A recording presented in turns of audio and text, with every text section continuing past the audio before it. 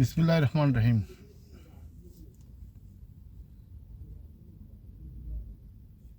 Saudi আরব Jeddah থেকে আমি এনামুল হক বলছি।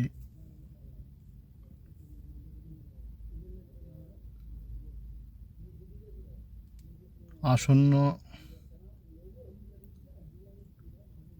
জাতীয় সংসদ নির্বাচন উপলক্ষে বাংলাদেশ জাতীয়তাবাদী দল বিএনপির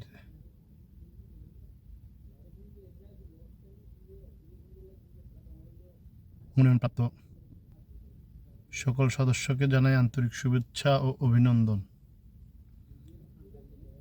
এবং পাশাপাশি বলতে চাই,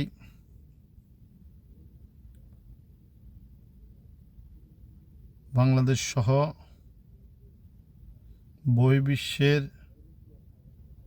যে যেখানে আছেন, বাংলাদেশ জাতীয়তাবাদী দল বিএনপির নেতৃবৃন্দ থেকে কর্মী সমর্থক বৃন্দ পর্যন্ত সবাই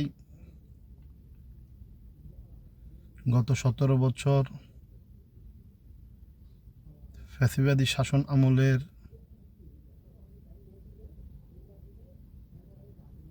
পরিত্রাণের মধ্য দিয়ে বর্তমানে অন্তর্বর্তী সরকার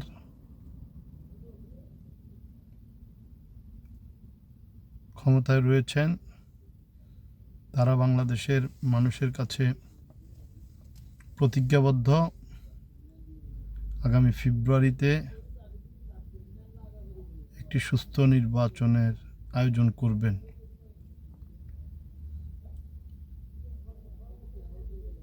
আজকের পরিবর্তিত পরিস্থিতির মধ্য দিয়ে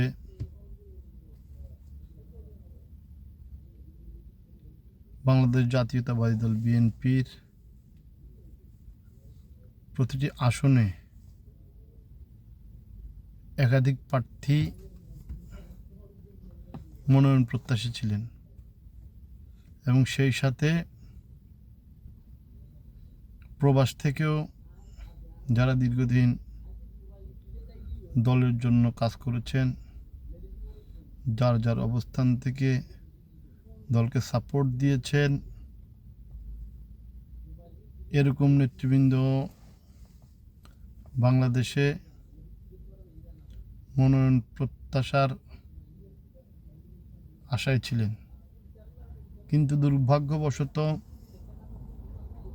বাংলাদেশ জাতীয়তাবাদী দল বিএনপি যেহেতু একটি বড় রাজনৈতিক দল, গত 17 বছর বাংলাদেশের মাটিতে প্রতিকূল পরিস্থিতির মধ্য দিয়েও যারা এই দলের প্রতিটি আন্দোলন সংগ্রাম বাস্তবায়নে দৃঢ় ভূমিকা রেখেছেন, তারাই বাংলাদেশ জাতীয়তাবাদী দল বিএনপির বিশেষ করে মনোনয়ন বোর্ড, যারা সকল কিছু বিবেচনা করে একজন প্রার্থীকে ধানের শীষ প্রতীকে নির্বাচন করতে দিবেন, সেরকম যোগ্য প্রার্থীকেই তারা বেছে নিয়েছেন। এমতো অবস্থায় মধ্যপ্রাচ্য সহ বিশেষ করে মধ্যপ্রাচ্য, সৌদি আরব পশ্চিমাঞ্চল কেন্দ্রীয় বিএনপির সাবেক সভাপতি, বর্তমানে আহ্বায়ক জনাব আহমেদ আলী মুকিব সাহেব এবং আরেকজন নেতা জনাব কেফায়েতুল্লাহ চৌধুরী কিসমত সাহেব এবং আরেকজন শ্রদ্ধাভাজন নেতা জনাব আব্দুল মান্নান সাহেব, তিনজন নেতা মধ্যপ্রাচ্য থেকে, বিশেষ করে সৌদি আরবের থেকে দীর্ঘদিন রাজনীতির জন্য তাদের বিরাট অবদান আছে। সেজন্য মধ্যপ্রাচ্যের আমরা সহ বিভিন্ন নেতৃবৃন্দ আশাহত হয়েছি, অন্তত একজনকে হলেও যদি আজকে বাংলাদেশ জাতীয়তাবাদী দল বিএনপির পক্ষ থেকে মনোনয়ন দেওয়া হতো, তাহলে বিশেষ করে সৌদি আরব পশ্চিমাঞ্চল কেন্দ্রীয় বিএনপি সহ লক্ষ লক্ষ বিএনপির প্রবাসের নেতৃবৃন্দ খুশি হতো এবং তারা দলের পক্ষে কাজ করার জন্য আরও এগিয়ে আসতো এবং উচ্ছ্বাসিত বোধ করত। কিন্তু সেই জায়গায় দল যে সিদ্ধান্ত নিয়েছেন সেই সিদ্ধান্তকে আমরা মানতে বাধ্য এবং দলের সকল সিদ্ধান্ত আমরা মনে করি সঠিক সিদ্ধান্ত। আমরা মনে করি হয়তো আমরা আমাদের অনেকেই বিভিন্নভাবে ক্ষোভ প্রকাশ করছি, আশাহত হচ্ছি। আসলে আমরা আশাহত হলে চলবে না। আমরা প্রবাসের রাজনীতি করছি একটি সেফ জায়গা থেকে, আমরা প্রতিবাদ করছি, সভা করছি, সেমিনার করছি। দল আমাদের কর্মকাণ্ড দেখছে এবং সেই হিসেবে আমাদের প্রবাসে রাজনীতি করেও অনেক নেতৃবৃন্দকে সম্মানিত করেছে, পদ পদবি দিয়েছে এবং বিভিন্ন সময়ে দেশে গেলে তাদেরকে সম্মানিত করছেন। সেটাই বাস্তবতা। বাংলাদেশ জাতীয়তাবাদী দল বিএনপির ধানের শীষ প্রতীক নিয়ে বাংলাদেশে মনোনয়ন প্রত্যাশা করতে হলে অবশ্যই দেশে গিয়ে রাজনীতি করতে হবে, এটাই বাস্তবতা। আর সবচেয়ে বড় কথা হলো, প্রথম থেকেই আপনি যদি, এটা হয়তো শুনতেও খারাপ লাগবে, কেউ কেউ আমার এই বক্তব্যে হয়তো অনেকভাবে বিশ্লেষণ করার চেষ্টা করবেন, তবে এটাই বাস্তবতা। আপনার প্রথমেই যে বাংলাদেশে আপনি সরাসরি সংসদ সদস্য নির্বাচন করবেন এরকম আশা রাখাটাও হচ্ছে এক ধরনের ধৃষ্টতা। আপনি বাংলাদেশে উপজেলা নির্বাচন করেন,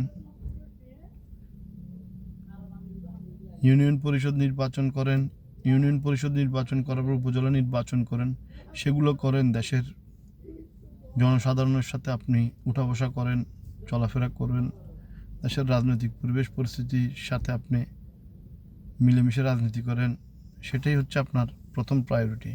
কিন্তু আপনি এই সকল কিছু না করে আপনি হঠাৎ করে গিয়ে বাংলাদেশ জাতীয়তাবাদী দল বিএনপি নমিনেশন চাইবেন আর ওনারা এমনিতেই আপনাকে নমিনেশন দিয়ে দিবে, সেটা এক ধরনের ভুল চিন্তাভাবনা।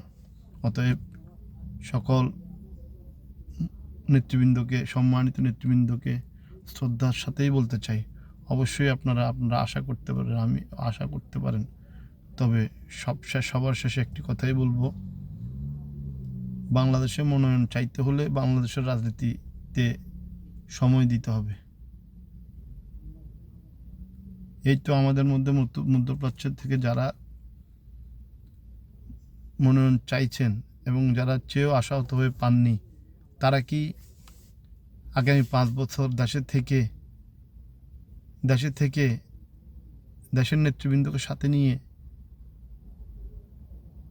কঠিন পরিস্থিতির মধ্যে দিয়েও রাজনীতি করবেন?